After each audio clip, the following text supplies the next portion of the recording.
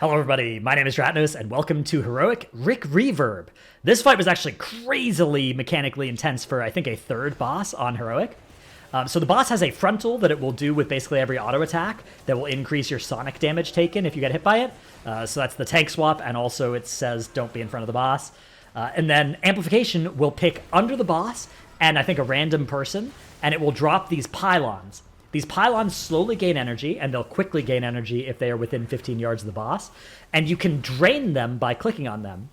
If you drain them, they will lose energy, but you'll gain a stack that will increase your damage taken as you drain more and more.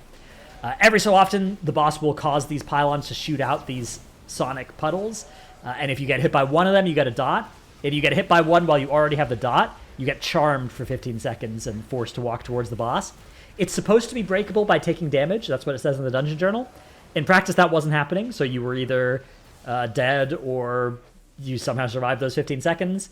And yeah, if the pylons ever get to full energy in this phase, they go haywire and start doing huge damage to the raid. So it's important to go and clear them and keep you can see draining the energy there.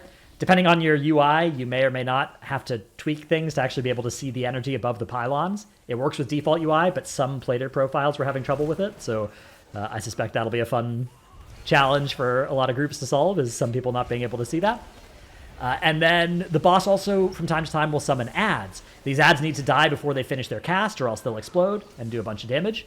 We've seen a couple of those casts already, but I haven't called attention to it, but there will be one more here before it enters the super dangerous intermission time. Also, faulty zaps just put on these circles on people that do damage, and you need to spread so that you don't do too much damage. Here are these ads, these pyrotechnics. They cast Grand Finale, and if they finish that cast, it will explode and leave a very nasty dot that stacks, so if multiple of them are out, that's very bad. And then we're about to enter the intermission here. So the boss encases itself in a sound cloud and takes 99% reduced damage.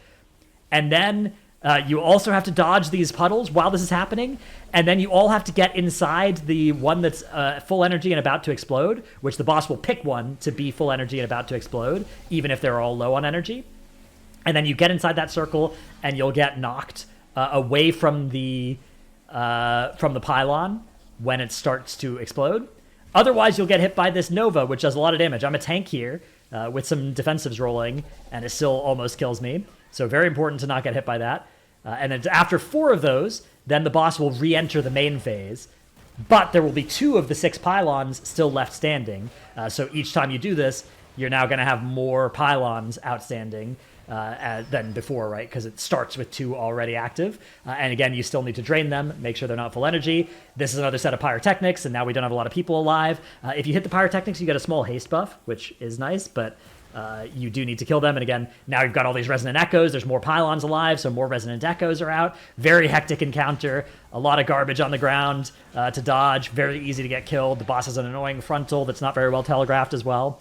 So I think they need to cook on this one a little bit more. It seems kind of cool, but it sort of felt like a mechanical overload of a lot of mechanics that were kind of obnoxious and not particularly like synergistic with each other, just sort of like an overload.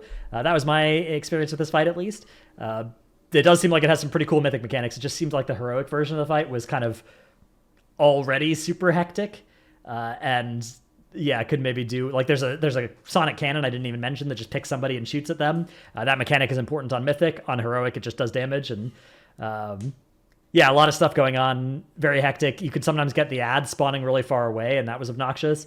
Whenever they spawn nice and clumped close to the boss, that was always a lot better too.